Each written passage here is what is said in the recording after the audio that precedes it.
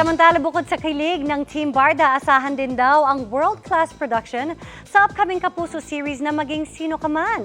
Mapa-on or off-cam kasi, todo effort para sa mala pelikulang treatment ng series. Makichika kay Aubrey Carampel. Tumalon mula sa ibabaw ng tumatakbong truck. Nakipaghabulan sakay ng motorsiklo hanggat sa masisikip na iskinita. At tumalon na naman mula sa isang tulay.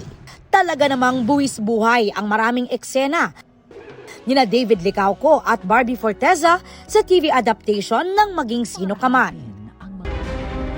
Nanilapatan din ng kinarir na cinematography at camera works. Ayon sa direktor ng serye na si Enzo Williams, buwis buhay din ang mga nasa likod ng kamera. I usually do it muna bago si David. I need to find out muna ano yung sitwasyon and then so I can guide David kasi full trust yung binibigay ni David sa akin eh. So I need to make sure safe din siya.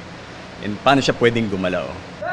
Ang pagkahilig daw ni Direk Enzo sa action films ang nagtulak sa kanyang maging direktor na ina-apply rin ang art of framing and visual language na natutuhan sa film school. Katuwang ni Direk sa pag-mount ng action scenes ang Director of Photography na si Elmer Despa na sinisigurado namang tama ang timpla ng mga ilaw at posisyon ng mga kamera. Si Direk minsan sinasabi niya lang ito eksena ko, tapos kaming mga cameraman nag-uusap-usap. Ito importante talaga. Siya talaga yung sinasakay namin sa motor, pati yung camera operator sumasakay sa motor, tumatakbo. Para sa serye, film quality cameras daw ang gamit nila at gumagamit din sila ng camera gimbal. Takbo, sa motor, sakay sa motor. Okay, buwis buhay din. Pag sana yun, okay na. Kayo pala ang action star behind the camera. Yeah! Ilan po talaga yun?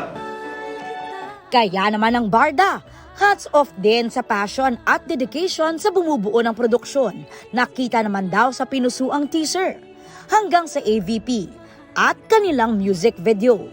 I think si Direk Enzo, he leads by example. Pinapakita niya sa amin na ganito ka-passionate. Hindi naman righteous kung hindi ko bibigay yung 100% ko rin kasi binibigay niya. Nadadamay ako sa kamachohan ng vibe ng buong set kasi since action din kami, di ba? If anything, sila talaga yung dahilan. So pag nag-enjoy yung audience natin, yun talaga. That's what drives us. Doon po sa mga naka-appreciate, naalis po yung pagod namin doon. Iyon po talaga yung sukuli. Thank you po. Mapapanood na ang newest Barda series na Maging Sino Ka Man sa September 11 pagkatapos ng 24 oras.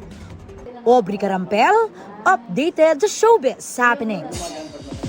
Para sa mas mahabang chikahan, visit and subscribe to GMA Integrated News on YouTube.